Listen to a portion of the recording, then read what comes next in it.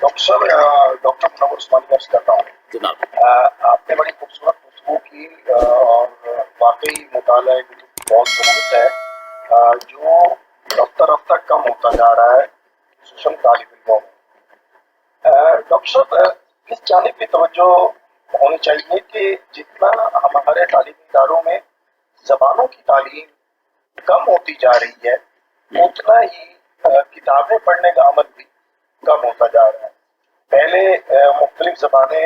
اور ان کا لٹریچر اچھے طریقے سے پڑھایا جاتا تھا اور اب اس میں بہت کمی آ گئی ہے۔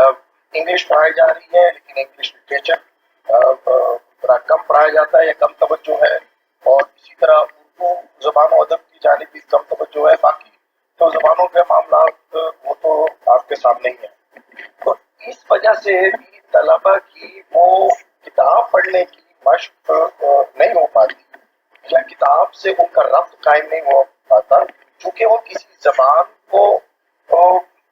مہارت سے سیکھ نہیں پاتے۔ جی ڈاکٹر صاحب، میں آپ کی بات سے مکمل اتفاق کرتا ہوں۔ ہمارے ہاں ایک زمانہ تو یہ تھا کہ جو ٹیکنیکل سبجیکٹس تھے جیسے میڈیکل ہے یا جیسے انجینئرنگ ہے یا جیسے ایم بی اے وغیرہ ہے، تو اس کی سیٹیں مخصوص ہوتی تھیں ہمارے اداروں میں، اور جو طالب علم وہاں جانا چاہتے تھے ان کو داخلہ مل جاتا تھا، اور باقی طالب علم دوسرے سبجیکٹس کی طرف آتے تھے، اور اس کا نتیجہ یہ ہوتا تھا کہ جو ہماری لینگویجز ہیں یا لٹریچر ہے اس کی طرف بھی توجہ ہوتی تھی۔ اب آج کیا ہوا ہے کہ ٹیکنیکل سبجیکٹس میں اپرچونٹی بڑھا دی گئی ہے، جس کی وجہ سے طالب علم جو ہیں وہ اپنی مرضی کا سبجیکٹ جو ہے وہ ٹیکنیکل سبجیکٹ چنتے ہیں، اور اس کا نتیجہ یہ ہے کہ لینگویجز سے توجہ ہٹتی جا رہی ہے۔ تو آپ کی بات صحیح ہے کہ ہماری جو لوکل لینگویجز ہیں، جو ہماری نیشنل لینگویج ہے، جو ہماری انٹرنیشنل لینگویجز ہیں، ان کو کالجز میں آفر کیا جائے، اداروں میں آفر کیا جائے، اور ان کی سرپرستی جو ہے وہ حکومت بھی کرے اور ہمارے جو سماجی ادارے ہیں وہ بھی کریں، اور سوسائٹی ایز اے ہول یہ دیکھے